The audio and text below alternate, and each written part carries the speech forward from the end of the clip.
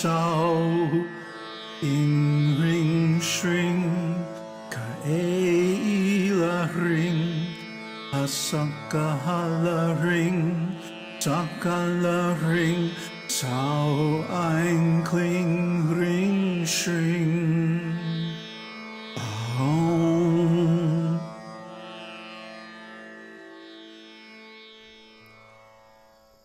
Namaste.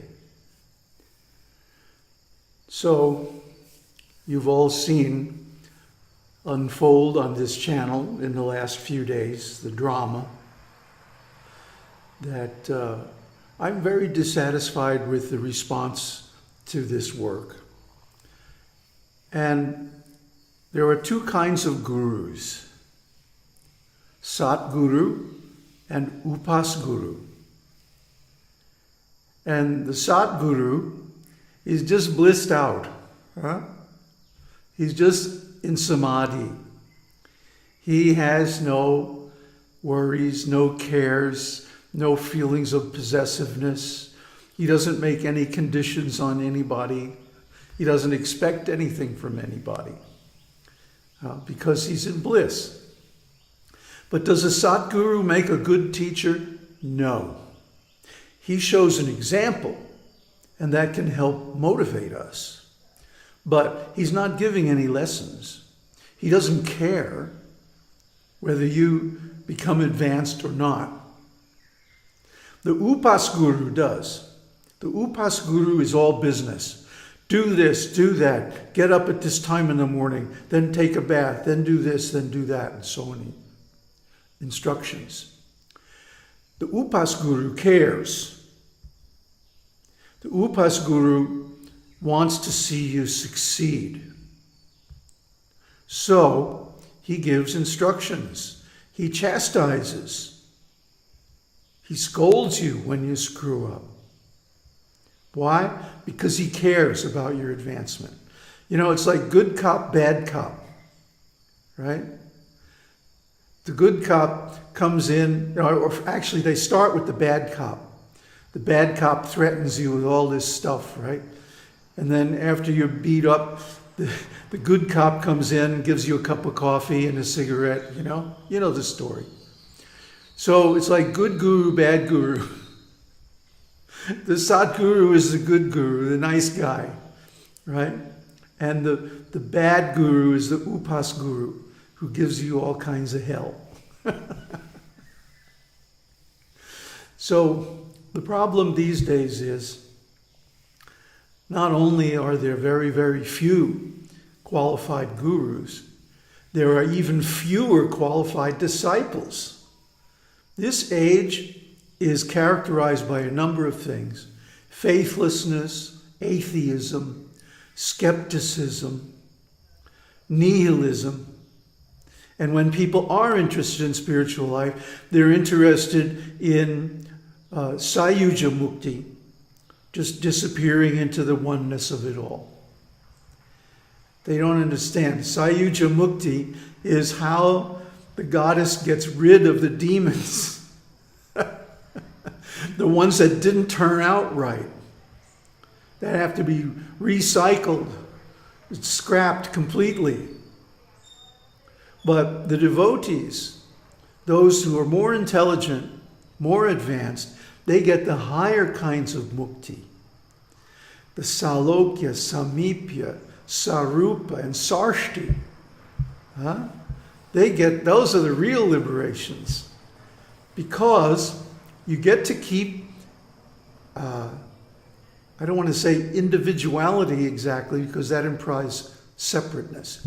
Yes, you become one with Brahman, but you don't lose your agency. I think that's the best way to say it. And you have a role to play. You have a mission and a responsibility. And the thing is, your quality is exactly the same as Brahman. That's why you're liberated. That's why somebody can be a Jivan Mukta, someone who's liberated in this life. Because their quality and their desire is identical with that of Brahman. Both Nirguna Brahman, Sadashiva, and Saguna Brahman, or the mother, Ambika. So we've been talking about the matrika. The matrika, ma means, of course, mother. Right? Tri means three. And ka, as a suffix, means that which is not understood or realized. So the matrika is the matrix of the Sanskrit alphabet, where each letter has a distinct meaning and a Shakti that can be invoked and used for any effect by chanting her mantra. And not only that, each of those Shaktis has a temple in Greater India, Bharatavarsha, where you can go and you can perform the appropriate rituals and so on to invoke her power. So I'm done with this trying to teach people who don't want to learn anything. I'm done with trying to give the secrets of spiritual life to people who don't appreciate them and who certainly don't practice them. So I'm taking off. I'm going on pilgrimage to these different temples. Here's a map. First around South India, kind of clockwise, over to Sri Lanka. And then later on next year, I'll be going up north, up to UP and the Himalayas and like that. And eventually I'm going to wind up somewhere completely different and spend the rest of my days in samadhi. You see, the story is, it's 6 minutes into the video now, so most of the fools have tuned out. And only the ones who understand my method of presentation have stayed. So the whole point of this is that back in 1984, the mother arose as Kundalini spontaneously without me doing anything. I was just sitting there watching.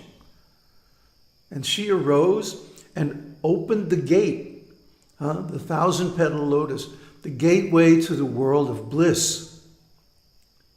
And that gate has remained open.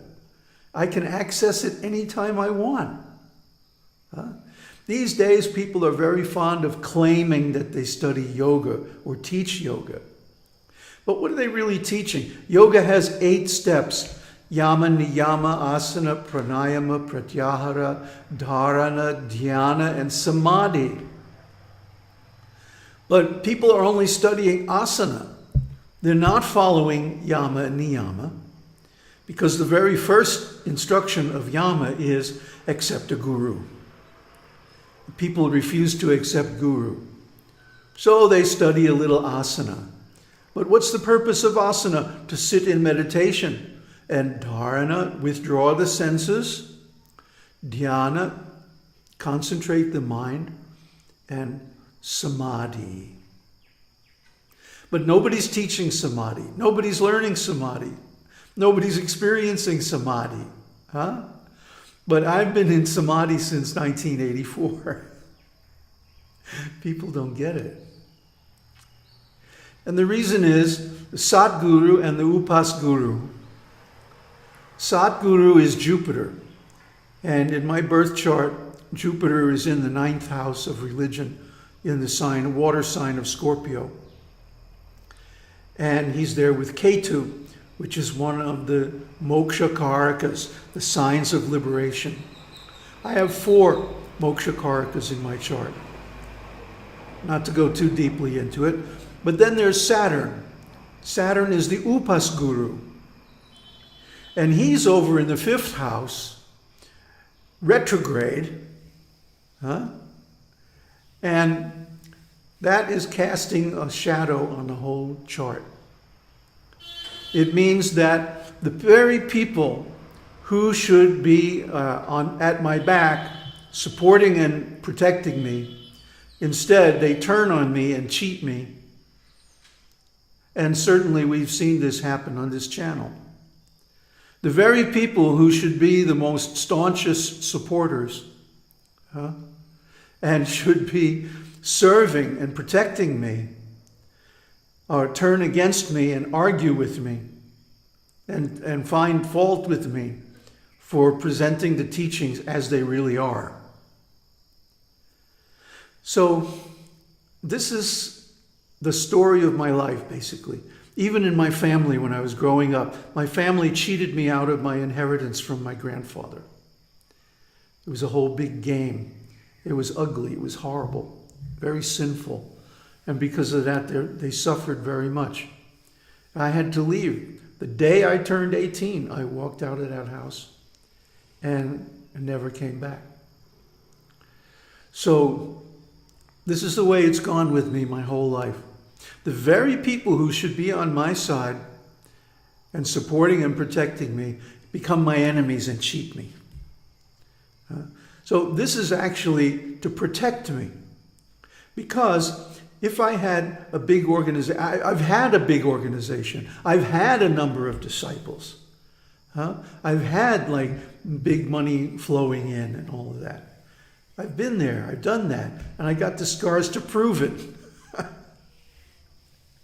That this is a distraction. This is a big distraction, because the people who come to live in an ashram just want an easy place to hang out where they can make a show of spiritual practice and then, boast to their friends that they have a guru and this and that. And it's basically useless. All my so-called disciples cheated me, betrayed me, turned their backs on me, cut me off, stopped to listen to me, just because I didn't agree with their understanding, or I should say misunderstanding, of the spiritual path. And they wouldn't even give me a chance to explain, or actually I did explain in classes over months and months, but they didn't listen. So they missed. And the same is going on now on this channel. So, okay, since 1984, it's been 35 years. For 35 years, I've been trying to reach out one way or another to find people that I could help advance spiritually. And they just haven't showed up, or if they showed up, they didn't listen to me. So, okay, 35 years, that's enough. This channel, or actually my public teaching on the internet, has been going on since 2005. That's 14 years.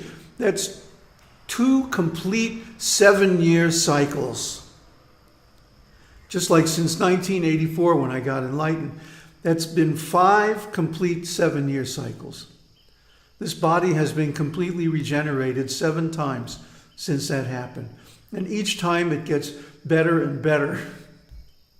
And I'm really enjoying life now.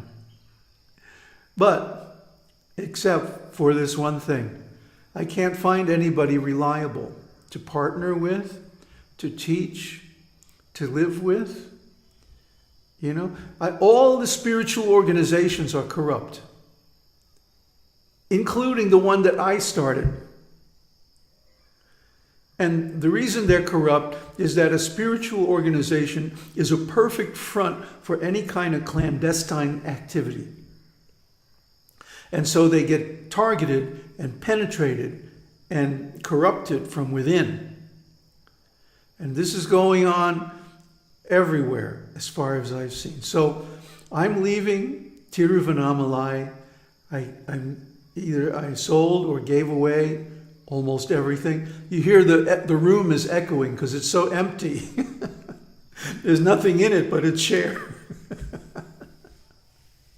So I'm hitting the road, going on pilgrimage, visiting the places of the Mother, and I'm giving up this video presentation. I'm going to leave the videos online, and I'm going to leave the comments that are already there.